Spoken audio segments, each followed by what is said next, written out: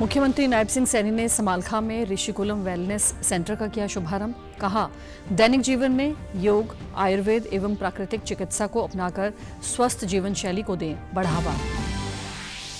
केंद्रीय संस्कृति एवं पर्यटन मंत्री गजेंद्र सिंह शेखावत ने हड़प्पा कालीन सभ्यता के ऐतिहासिक स्थल राखीगढ़ी का किया दौरा। मुख्यमंत्री ने राखीगढ़ी में 3 परियोजनाओं का किया लोकार्पण। ऑपरेशन सिंदूर पर आपत्तिजनक टिप्पणी करने वाले सोनीपत के एक निजी विश्वविद्यालय के एसोसिएट प्रोफेसर अली खान महमूदाबाद गिरफ्तार। नूंह से पकड़ा गया एक और जासूस।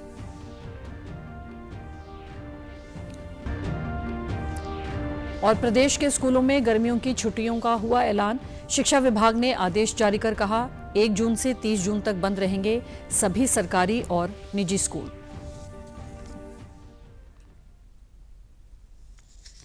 नमस्कार, मैं भानुप्रिया। अब समाचार विस्तार से। मुख्यमंत्री नायब सिंह सैनी ने आज पानीपत के समालखा स्थित सेवा साधना एवं ग्राम विकास केंद्र परिसर में ऋषिकुलम वेलनेस सेंटर का शुभारंभ किया। इस दौरान शिक्षा मंत्री महिपाल ढांडा भी मौजूद रहे। इस अवसर पर उन्होंने नागरिकों से अपील की कि वे इस केंद्र की सुविधाओं का अधिक से अधिक लाभ उठाएं तथा अपने दैनिक जीवन में योग, आयुर्वेद एवं प्राकृतिक चिकित्सा को अपनाकर एक स्वस्थ जीवन शैली को बढ़ावा दें। साथ ही केंद्र में किसानों को प्राकृतिक खेती के प्रति प्रोत्साहित और जागरूक किया जा रहा है। उन्होंने किसानों से अपील की कि वे रासायनिक कीटनाशकों के अत्यधिक उपयोग से बचें।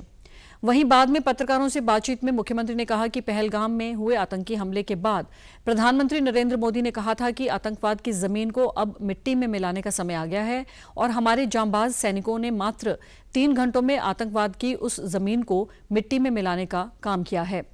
वहीं राष्ट्रीय सुरक्षा के मद्देनजर जासूसी के आरोप में पकड़े जा रहे लोगों के संबंध में सीएम ने कहा कि ऐसे लोगों के खिलाफ पुलिस कार्रवाई कर रही है और आगे भी ऐसे लोगों पर कार्रवाई जारी रहेगी।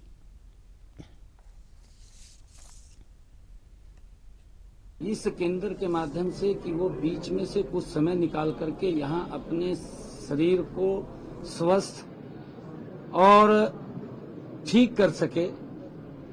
हमारा शरीर स्वस्थ होगा, ठीक होगा तो हम विकास की गति को और तेज कर पाएंगे। जो आदरणीय प्रधानमंत्री जी का सपना है कि 2047 तक विकसित राष्ट्र बनाना है, तो इस विकसित राष्ट्र के अंदर हमारा जो शरीर स्वस्थ रहेगा, ये ऋषिकुलम वेलनेस सेंटर महत्वपूर्ण भूमिका उसमें अदा करेगा। आप नागरिक हैं हमारे देश के। आप अगर कोई गलत काम करेंगे, अगर कोई क्राइम करता है व्यक्ति, क्राइम करने के बाद उसके ऊपर कार्रवाई क्या हुई, या तो उसको खुला छोड़ दिया, फिर तो ये है कि सरकार कोई काम नहीं कर रही। परंतु जब उसको तुरंत जैसे ही उसने कोई क्राइम किया और उसके खिलाफ कार्रवाई हो गई, और भी कोई लोग इस प्रकार के होंगे तो उनके खिलाफ भी कार्रवाई। ऐसे कई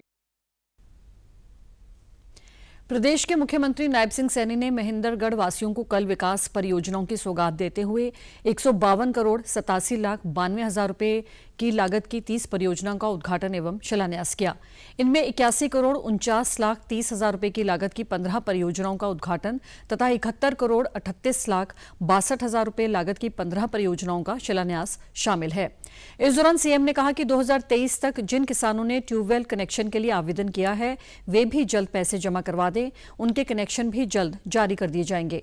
उन्होंने महेंद्रगढ़ विधानसभा में एक नई अनाज मंडी बनाने की भी घोषणा की। मुख्यमंत्री ने कहा कि भाजपा सरकार ने अपने कार्यकाल में प्रदेश के सर्वांगीण विकास के लिए अनेक ठोस कदम उठाए हैं। हमारा लक्ष्य पूरे हरियाणा का संतुलित विकास करना है और इस संकल्प पर हम पूरी प्रतिबद्धता के साथ आगे बढ़ रहे हैं। उन्होंने आह्वान किया कि हम सब मिलकर हरियाणा को नई ऊंचाइयों पर लेकर जाएं और 2047 तक विकसित भारत बनाने में विकसित हरियाणा के रूप में अपना योगदान दें।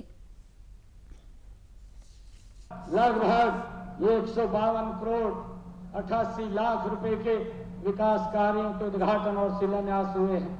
भाइयों, भारतीय जनता पार्टी नरेंद्र मोदी जी के नेतृत्व वाली सरकार, नॉन स्टॉप सरकार, और हमारी आरती राव जी कह रही थी कि दक्षिणी हरियाणा है।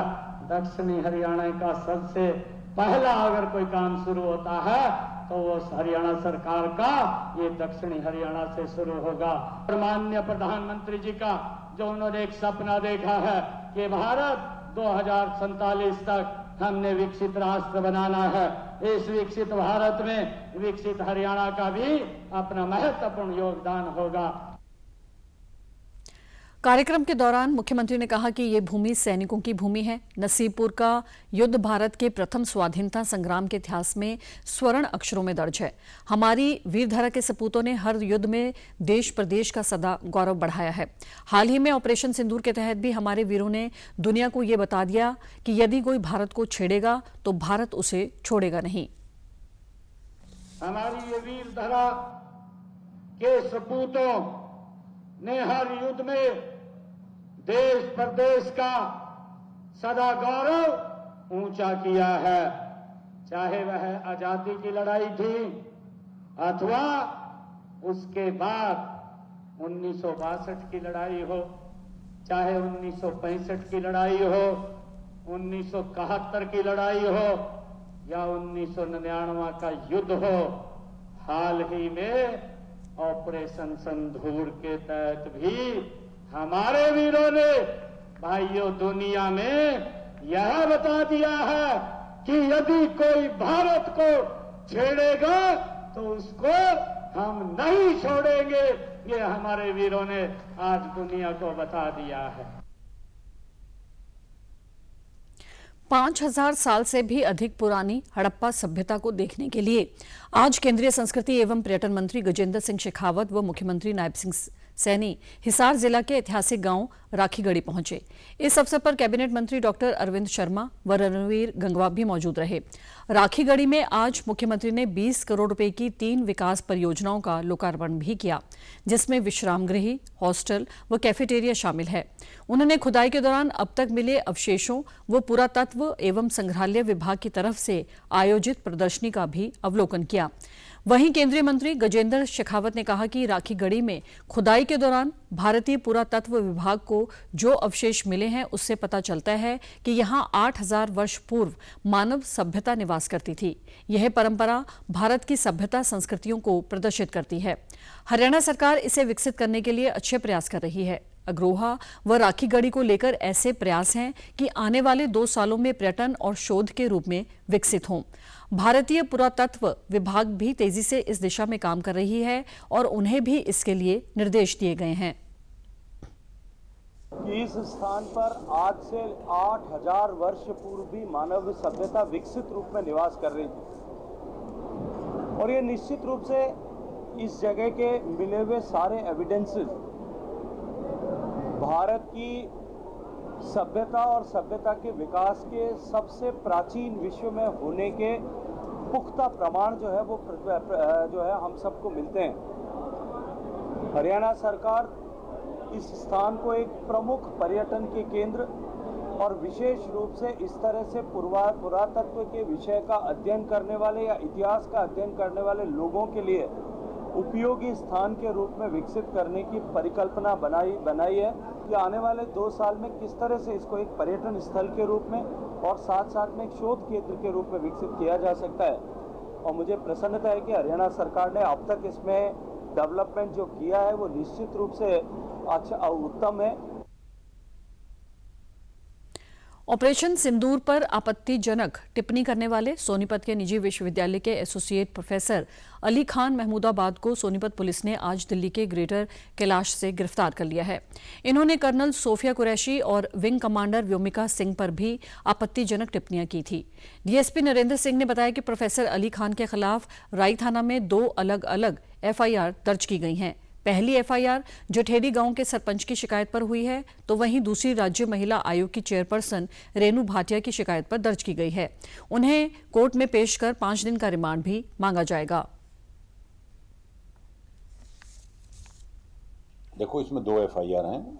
जो रिमांड लिया जाएगा वो जो चेयरपर्सन है मैडम रेनू भाटिया जी की, उनकी कंप्लेंट है। उनकी कंप्लेंट के ऊपर अली प्रोफेसर का रिमांड पुलिस ने, ये अभी बताना उचित नहीं है आप, क्योंकि वो डिस्क्लोज हो जाएगा। ये मैं अभी ये अभी एक जांच का विषय है, तफ्तीश चल रही है, अभी सारा डिस्क्लोज एक मामला नहीं है, ये अलग भिन्न मामले हैं।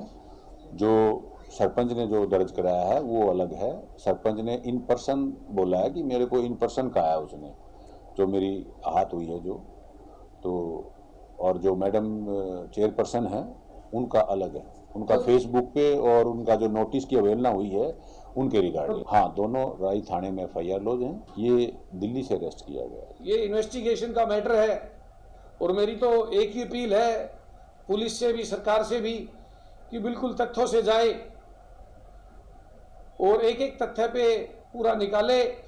और मैं अपने देश, अपनी सेना और जो महिला शक्ति है उसके साथ खड़ा हूँ। ऐसे कोई भी प्रोफेसर कहीं से भी कोई शिक्षा लेके आता है और हमारा देश को जिस समय में एकता की और देशभक्ति की जरूरत होती है उस टाइम वो हमारी टुकड़े करने के चक्कर में रहता है। उधर फरीदाबाद में आज एक प्रेस वार्ता में महिला आयोग की चेयरपर्सन रेणु भाटिया ने बताया कि प्रोफेसर को समन जारी कर 14 मई को व्यक्तिगत रूप से पेश होने का आदेश दिया था। समन के बावजूद जब प्रोफेसर पेश नहीं हुए तो उन्होंने FIR दर्ज करवाने की बात कही थी। इसके बाद वे यूनिवर्सिटी में भी पहुंची, लेकिन प्रोफेसर नहीं मिले। ऑपरेशन सिंदूर में अहम भूमिका निभाने वाली कर्नल सोफिया और व्योमिका सिंह देश की बेटियां हैं, उनके लिए ऐसी भाषा का इस्तेमाल करना गलत है। 15 को हमने यूनिवर्सिटी में उम्मीद की कि वाइस चांसलर और रजिस्ट्रार उसको हमारे साथ टेबल पर बिठाकर अपनी इस बात को अपॉलॉजी करेंगे, एहसास कराएंगे कि उसने गलत लिखा। लेकिन वो महाशय तो मानने को तैयार नहीं कि मैंने कुछ गलत कहा। कि आप किसी लड़की की बेइज्जती अंग्रेजी में करें, फारसी में करें, हिंदुस्तानी में करें तो क्या फर्क हो जाएगा मीनिंग का? कतई नहीं। उसी तर्ज पर उनके ऊपर कार्रवाई हुई, वो FIR दर्ज की गई। 147/25 नंबर FIR दर्ज हुई और उनको दिल्ली ग्रेटर कैलाश उनके बंगले से अरेस्ट करके सोनीपत पुलिस सोनीपत लेकर आई है।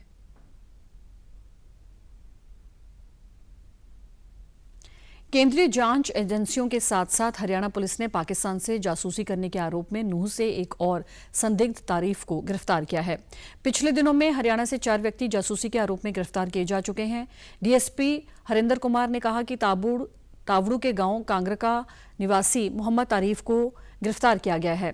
गुप्त सूचना के आधार पर उसे पुलिस ने गिरफ्तार किया। हमारे पास इनपुट था और खुफिया एजेंसियों ने बताया था कि मोहम्मद तारीफ देश की गोपनीय सूचनाएं पाकिस्तान को देता है, जिसके बदले में वह पैसे लेता है। इसके खिलाफ मुकदमा दर्ज किया गया है और उसे कोर्ट में पेश कर रिमांड पर लिया जाएगा। साथ ही DSP ने बताया कि पहले से जासूसी के आरोप में गिरफ्तार अरमान से इसका कोई संबंध नहीं है, उससे भी गहन पूछताछ की जा रही है। मोहम्मद तारीफ नाम का लड़का है और गांव कांगर का पड़ता है। उसको सदर तावड़ी थाना के क्षेत्र से हमने गुप्त सूचना पर अरेस्ट किया है, क्योंकि हमारे पास इनपुट था और इंटेलिजेंस जो हमारी सेंट्रल गवर्नमेंट की उनके पास भी, सभी के पास तक भी ये लड़का है जो हमारे जो देश की जो सूचनाएं हैं वे भारत पाकिस्तान को देता है और इसे सिम भी प्रोवाइड करता है, जिसके बदले पैसे लेता है। और उसमें हमने इसके खिलाफ गिरफ्तारी करके FIR कर ली है और इसको आज हम कोर्ट में पेश करने के बाद रिमांड पर ले रहे हैं। रिमांड पर जो भी ज़्यादा इससे हमारी इन्फॉर्मेशन जितनी भी होगी इससे हम कोशिश करेंगे, इसने क्या क्या काम किया है और क्या क्या सूचना दी है, वो हमारा इन्वेस्टिगेशन में मैटर। बरामदगी भी ऐसी कोई विशेष बरामदगी नहीं है, पार्ट ऑफ इन्वेस्टिगेशन। आप समझते हैं देश की सुरक्षा का है, अभी हम आपको ज़्यादा से आगे नहीं कर सकते। जो सेक्शन तो हमारी 3 है, 4, 5 ऑफिशियल एक्ट है, 152 BNSS। ऑपरेशन सिंदूर के बाद केंद्रीय जांच एजेंसियां लगातार उन लोगों पर नजर रखे हुए हैं जो पाकिस्तान की यात्रा कर चुके हैं या हाल फिलहाल में वहां से लौटे हैं। ऐसे लोगों के सोशल मीडिया अकाउंट्स को भी मॉनिटर किया जा रहा है। वहीं आज नूंह पहुंचे कैबिनेट मंत्री राव नरवीर सिंह ने कहा कि पाकिस्तान के लिए जासूसी के आरोप में जो आरोपी हरियाणा से गिरफ्तार हुए हैं उनमें नूंह जिले से भी कई गिरफ्तारियां हुई हैं। पुलिस व सरकार अपना काम कर रही है, ऐसे लोगों को किसी भी सूरत में बख्शा नहीं जाएगा। सरकार अपनी कार्रवाई कर रही है, जो भी दोषी पाए जाएगा उसके खिलाफ कार्रवाई होगी। अभी तो पकड़े गए, ये बहुत बड़ा नेटवर्क हो सकता है कि इसमें कितने आदमी शामिल हो। जो खिलाफ होगा उसके खिलाफ सरकार कार्रवाई कर रही है। हरियाणा में शिक्षा विभाग ने सभी सरकारी और प्राइवेट स्कूलों में 1 जून से 30 जून तक गर्मियों की छुट्टियों का ऐलान कर दिया है। 30 दिन राज्य के सभी स्कूल पूरी तरह से बंद रहेंगे। शिक्षा विभाग ने आदेश जारी कर कहा है कि 1 जुलाई मंगलवार से स्कूल दोबारा खोलेंगे। सभी जिला और खंड शिक्षा अधिकारी अपने अपने क्षेत्रों में आदेशों की पालना करें। मिली जानकारी के अनुसार गर्मी बढ़ने के मद्देनजर स्कूलों के समय में भी बदलाव किया जा सकता है। मई माह में ही गर्मी अपना पूरा असर दिखा रही है। हालांकि मई में बीच बीच में बारिश और ओलावृष्टि से कुछ राहत भी मिली है। अधिकतर जिलों का तापमान 40 और 45 डिग्री के बीच चल रहा है। जून महीने में तापमान में और बढ़ोतरी की संभावना है। आकाशवाणी हिसार ने अपने श्रोताओं को बड़ी सौगात देते हुए अपनी प्रसारण सभा में बढ़ोतरी की है। सुबह 5:53 पर प्रसारण सभा आरंभ होकर रात 11:10 तक जारी रहेगी। कार्यक्रम प्रमुख पवन कुमार ने कहा कि हर्ष की बात है कि आज से आकाशवाणी हिसार से 3 प्रसारण सभा में कार्यक्रम प्रस्तुत हो रहे हैं। अब आकाशवाणी हिसार के श्रोताओं को 17 घंटे 10 मिनट कार्यक्रम सुनने को मिलेंगे। प्रसारण सभा का समय बढ़ने से महिलाओं, युवाओं, बच्चों और बुजुर्गों में खुशी की लहर है। उन्होंने बताया कि लोक संगीत व रागनियां सही रूप में आकाशवाणी हिसार से ही प्रसारित होती हैं। प्रसारण सभा का समय बढ़ाने से यहां रोजगार के भी अवसर भी बढ़ेंगे। लंबे समय से आकाशवाणी हिसार की प्रसारण सभा का समय बढ़ाने की मांग की जा रही थी, जो आज पूरी हो गई है। बड़े खुशी और हर्ष का विषय है कि आज से आकाशवाणी हिसार का ट्रांसमिशन है वो 3 पालियों में आरंभ होने जा रहा है। इससे पहले आकाशवाणी हिसार के कार्यक्रम सुबह 10 बजकर रात को 10 बजे तक होते थे और इससे काफी कम समय श्रोताओं को मिल पाता था। और आज से ये 5:53 पे स्टार्ट होगा और रात को 11:10 पे खत्म होगा। इस प्रकार श्रोताओं को 17 घंटे और 17 मिनट सुनने को लिए मिलेंगे। जो लोक संगीत है, रागनियां हैं, वो केवल आकाशवाणी हिसार से ही सही रूप में प्रसारित होती है। तो काफी समय से मांग थी और ये मांग पूरी हो रही है, इसलिए शहरवासियों, नागरिकों को सभी को बधाई। वहीं आकाशवाणी के आकस्मिक उद्घोषक व कार्यक्रम के प्रेजेंटर ने कहा कि अब 3 सभा में आकाशवाणी हिसार से कार्यक्रम चलेंगे, जिसे सुनकर सभी कार्यक्रम प्रस्तुत करने वाले सहयोगियों में खुशी है। यहां अनेक लाभप्रद व शिक्षाप्रद कार्यक्रम प्रस्तुत किए जा रहे हैं। हम कोशिश करेंगे कि आकाशवाणी हिसार से शिक्षा और मनोरंजन बना रहे, उसमें कोई कमी न आए। गया है प्रातः 5:53 से रात्रि 11:10 तक। और इसका हम सभी कंपेयर्स हैं जो आकस्मिक उद्घोषक हैं उन्हें बहुत फ़ायदा हुआ है, क्योंकि प्रसारण का समय बढ़ा है तो कार्यक्रम भी बढ़ रही हैं। कार्यक्रम बढ़ रही हैं तो जो ड्यूटीज़ लगाई जाती हैं वो भी बढ़ रही हैं। इसके साथ साथ जो हमारे श्रोतागण हैं हमसे जुड़े रहते हैं, लगातार जब से उन्हें पता चला है उनकी शुभकामनाएं हमारे पास आ रही हैं, उनके संदेश लगातार हमें मिल रही हैं और उनके लिए भी फ़ायदा है। किसानों के लिए किसानवाणी कार्यक्रम जो है वो बड़े लाभप्रद, शिक्षाप्रद कार्यक्रम है और शुरू से लेकर के आज तक हमारी लिसनिंग इन्हीं कार्यक्रमों पर आधारित रही है। हमारे प्रोग्राम एग्जीक्यूटिव पवन कुमार जी ने हमें ये खुशखबरी दी है कि 3 सभा में हमारा कार्यक्रम चलेगा। तो सभी जो कार्यक्रम प्रस्तुत करता है उनको भी बहुत अच्छा लगा है और जब से ये बात हमारे श्रोताओं ने सुनी है वो और भी गदगद हो गए हैं। तो एक बार फिर मैं पुनः सभी श्रोताओं को, हमारे दर्शकों को धन्यवाद देता हूं और हम कोशिश करेंगे कि आकाशवाणी हिसार से शिक्षा और मनोरंजन बना रहे, उसमें कोई कमी ना आए। प्रदेश के विकास एवं पंचायत मंत्री कृष्णलाल पंवार ने आज रोहतक में जिला लोक संपर्क एवं परिवेदना समिति की बैठक की अध्यक्षता की। इस दौरान उनके समक्ष रखी गई 13 शिकायतों में से 11 का मौके पर ही समाधान कर दिया गया, जबकि 2 शिकायत लंबित रखी गई हैं।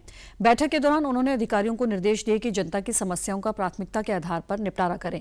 बाद में पत्रकारों से चर्चा में विकास एवं पंचायत मंत्री ने ऑपरेशन सिंदूर को लेकर प्रधानमंत्री की सराहना करते हुए कहा कि भारत ने पाकिस्तान को कड़ा संदेश देने का काम किया है। पाकिस्तान से जासूसी मामले में संलिप्त प्रदेश के कुछ युवाओं के संदर्भ में उन्होंने कहा कि कल चंडीगढ़ में विधायक दल एवं मंत्रिमंडल की बैठक बुलाई गई है, जिसमें कई अहम निर्णय लिए जाएंगे।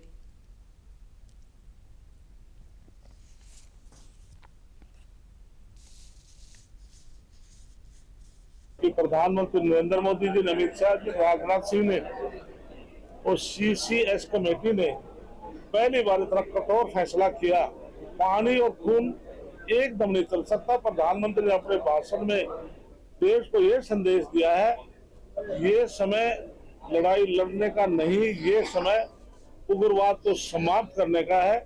तो मैं नमन करता हूं भारत की सेना को, जिन्होंने पाकिस्तान के अंदर जाकर के उग्रवादी ठिकाने को खत्म किया है। हम नमन करते हैं। 20 तारीख को माननीय मुख्यमंत्री जी ने विधायक दल की और मंत्रिमंडल की मीटिंग बुलाई है। ये सारे इश्यूज में डिस्कस किए जाएंगे और सख्ती से पूरे प्रदेश में लॉ एंड ऑर्डर को, और जिस प्रकार से आपने बात कही है हमारी सीआईडी को और डिपार्टमेंट को, उसको पूरी सख्ती से हम कार्रवाई करेंगे। एक अन्य सवाल के जवाब में कृष्णलाल पंवार ने कहा कि प्रदेश में बिजली की कोई कमी नहीं है। मौजूदा समय में प्रदेश के 5,800 गांवों में 24 घंटे बिजली उपलब्ध करवाई जा रही है। हरियाणा प्रदेश ऐसा प्रदेश है जिसमें लगभग 5800 से ज्यादा गांव के अंदर 24 घंटे बिजली दी जा रही है, और 24 घंटे बिजली दी जा रही है। ये मान सकता हूँ जैसे तूफान आ जाता है, पोल टूट जाते हैं, तो इन मेंटेनेंस करने में तो समय लग जाता है, लेकिन बिजली कोई कमी नहीं है। नहीं, मैं मानता हूँ पूरे प्रदेश में आज 24 घंटे बिजली, अर्बन है चाहे रूरल है, 5800 से भी ज्यादा गांव के अंदर 24 घंटे बिजली दी जा रही है। वहीं प्रदेश के लोक निर्माण एवं जन स्वास्थ्य मंत्री रणवीर गंगवा ने कहा कि हमें पंजाब के पानी की एक बूंद भी नहीं चाहिए, हमें केवल अपने हिस्से का पानी चाहिए। किस राज्य को कितना पानी मिलेगा ये बीबीएमबी तय करता है और हमें उसी अनुसार अपने हिस्से का पानी चाहिए। उन्होंने आज जींद के लोक निर्माण विश्राम गृह में पत्रकारों से बातचीत में कहा कि पंजाब की आप सरकार पानी को लेकर राजनीति कर रही है। उन्होंने कहा कि हर घर नल से जल पहुंचाने के लिए राज्य सरकार प्रतिबद्ध है और उस पर निरंतर कार्य किया जा रहा है। उन्होंने लोगों से अपील करते हुए कहा कि बढ़ती गर्मी के मद्देनजर लोग जल को व्यर्थ न बहाएं। वहीं उन्होंने ऑपरेशन सिंदूर की सफलता पर कहा कि हमारे जांबाज सैनिकों का मनोबल बढ़ाने के लिए देश भर में तिरंगा यात्रा निकाली जा रही है।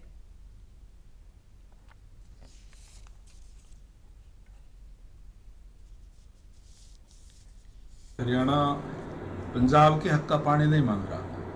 हरियाणा वो पंजाब कहता है कि हम एक बूंद भी पानी की नहीं देंगे।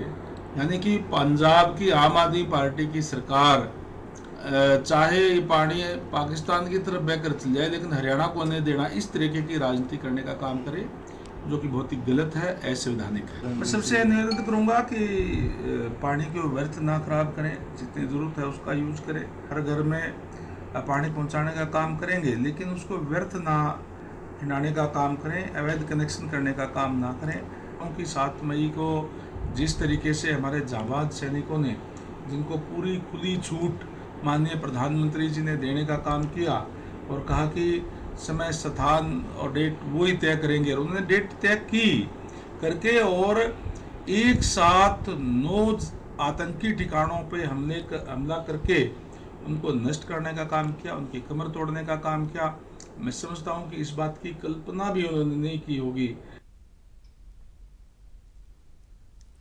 पंजाब के अमृतसर में भारतीय सेना ने गोल्डन टेम्पल पर बुरी नजर रखने वाले आतंकियों के मंसूबों को नाकाम कर दिया। अमृतसर में भारतीय सेना ने ऑपरेशन सिंदूर में इस्तेमाल हुए भारत के अभेद सैन्य उपकरणों का डेमो दिखाया। भारतीय सेना ने डेमो के जरिए दिखाया कि कैसे आकाश मिसाइल प्रणाली L-70 एयर डिफेंस गन समेत भारतीय वायु रक्षा प्रणालियों ने अमृतसर के स्वर्ण मंदिर और पंजाब के शहरों को पाकिस्तानी मिसाइलों और ड्रोनों के हमलों से बचाया। 15 इन्फेंट्री डिवीजन के GOC major general Kartik C Seshadri ने बताया कि भारतीय सेना के पास पहले ही जानकारी थी कि पाकिस्तान किसी उचित और सटीक टारगेट न होने के कारण सिविल ठिकानों, खासतौर पर धार्मिक स्थलों को निशाना बनाएगा। इसमें अमृतसर में स्थित स्वर्ण मंदिर सबसे अहम था। Major general Kartik C Seshadri ने बताया कि भारतीय सेना ने तुरंत आधुनिक, अतिरिक्त और उपयुक्त एयर डिफेंस उपलब्ध कराया और स्वर्ण मंदिर पर एक आंच भी नहीं आने दी। 7 मई की रात को हमने पुख्ता जानकारी मिली कि पाक किसी भी उचित और वैध टारगेट के ना होने के कारण भारतीय सैन्य ठिकानों को और सिविल इलाकों को, खास तौर पर धार्मिक स्थलों को निशाना बनाएगा। इसमें अमृतसर में स्थित गोल्डन टेम्पल सबसे अहम था। क्योंकि हम इसके लिए तैयार थे, तो भारतीय सेना के आर्मी एयर डिफेंस के सतर्क और सशक्त योद्धाओं ने पाकिस्तान के नापाक इरादों को पूरी तरीके से ध्वस्त करते हुए ड्रोन और मिसाइल को पूरी तरह से विफल कर दिया और हमने गोल्डन टेम्पल पे एक आंच भी नहीं आने दी। वहीं ऑपरेशन सिंदूर का नया वीडियो भारतीय सेना ने जारी किया। वीडियो पाकिस्तानी हमले की साजिश नाकाम करता हुआ है। पाकिस्तान के ड्रोन अटैक का करारा जवाब था। भारतीय सेना की ताकत और सटीकता का प्रदर्शन वीडियो है। इस वीडियो में दुश्मन की चौकियों को धराशायी करते हुए दिखाया गया है। हम धरती से आसमान की सुरक्षा करते हैं। भारतीय सेना किसी भी चुनौती का सामना करने के लिए पूरी तरह से तैयार है। ऑपरेशन सिंदूर का ये नया वीडियो है। इस वीडियो में पाकिस्तान का मलबा दिखाई दे रहा है। वहीं भारतीय सेना के वेस्टर्न कमांड ने ऑपरेशन सिंदूर का एक और वीडियो जारी किया, जिसमें पाकिस्तान के ड्रोन अटैक का करारा जवाब दिखाया गया है। इस वीडियो में भारतीय सेना की ताकत और सटीकता का प्रदर्शन है और रक्षा मंत्रालय ने कहा कि ऑपरेशन सिंदूर भारत की रक्षा सिद्धांत में एक महत्वपूर्ण मोड़ साबित हुआ है। इसमें तीनों सेनाओं के बीच तालमेल, रणनीतिक गहराई और तकनीकी विशेषज्ञता का प्रदर्शन किया गया। पहलगाम आतंकी हमले के बाद शुरू किए गए ऑपरेशन सिंदूर ने सटीकता, व्यावसायिकता और उद्देश्य के साथ तीनों सेनाओं की संतुलित प्रतिक्रिया को प्रदर्शित किया। विभिन्न एजेंसियों से मिली खुफिया जानकारी ने 9 प्रमुख शिविरों की पुष्टि की, जिन्हें आखिरकार ऑपरेशन में निशाना बनाया गया था। भारत की जवाबी कार्रवाई सावधानीपूर्वक बनी योजना और खुफिया नेतृत्व वाले दृष्टिकोण पर आधारित थी। इसने सुनिश्चित किया कि ऑपरेशन न्यूनतम अतिरिक्त क्षति के साथ संचालित हो। प्रदेश की स्वास्थ्य मंत्री आरती सिंह राव ने कहा है कि जिले की स्वास्थ्य सेवाएं दुरुस्त करने के लिए वे पूरी गंभीरता से कार्य कर रही हैं। रेवाड़ी के नए नागरिक अस्पताल के लिए जमीन देखकर जल्द ही निर्माण शुरू करवाया जाएगा। 3 स्थानों पर जगह फाइनल है, जिसमें से एक का चयन करना है। इस संबंध में अधिकारियों को निर्देश दिए गए हैं। स्वास्थ्य मंत्री रेवाड़ी में रामपुरा स्थित अपने आवास पर पत्रकारों से बातचीत में कहा कि माजरा में निर्माणाधीन एम्स में जल्द ओपीडी शुरू की जाएगी। रेलवे ब्रिज की मरम्मत की वजह से थोड़ी देरी हुई है। उन्होंने कहा कि जेनेरिक दवाइयों को लेकर वे जल्द ही केंद्रीय स्वास्थ्य मंत्री जेपी नड्डा से बातचीत करेंगी।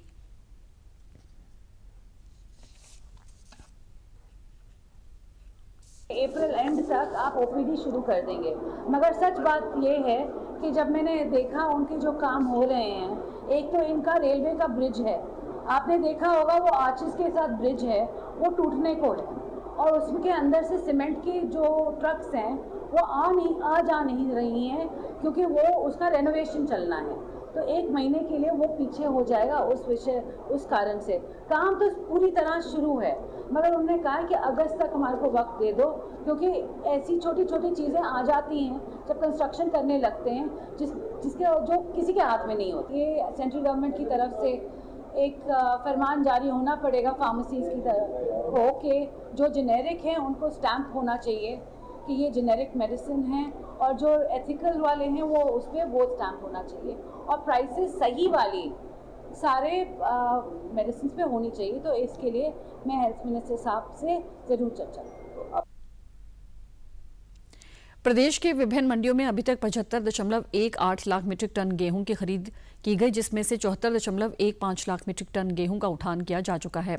सरकार द्वारा 4,69,830 किसानों के बैंक खातों में लगभग 17,000 करोड़ रुपए डाले जा चुके हैं। खाद्य नागरिक आपूर्ति एवं उपभोक्ता मामले विभाग के एक प्रवक्ता ने बताया कि गत वर्ष 17 मई तक प्रदेश की विभिन्न मंडियों में 71.5 लाख मीट्रिक टन गेहूं की खरीद की गई थी। उन्होंने बताया कि मंडियों में गेहूं की खरीद खाद्य नागरिक आपूर्ति एवं उपभोक्ता मामले विभाग, HAFED, Haryana warehousing corporation और भारतीय खाद्य निगम द्वारा गेहूं की खरीद की गई है। पिछले 4 वर्षों की तुलना में प्रदेश में इस वर्ष 3.5 लाख मीट्रिक टन से अधिक गेहूं की ज्यादा खरीद की गई है। साथ ही उन्होंने बताया कि प्रदेश की विभिन्न मंडियों में इस वर्ष 7.77 लाख मीट्रिक टन सरसों की खरीद की गई, जिसमें से 7.64 लाख मीट्रिक टन सरसों का उठान किया जा चुका है। प्रदेश सरकार द्वारा अब तक 2,59,388 किसानों के बैंक खातों में करीब 4,500 करोड़ रुपए डाले जा चुके हैं। समाचारों में आज इतना ही। नमस्कार।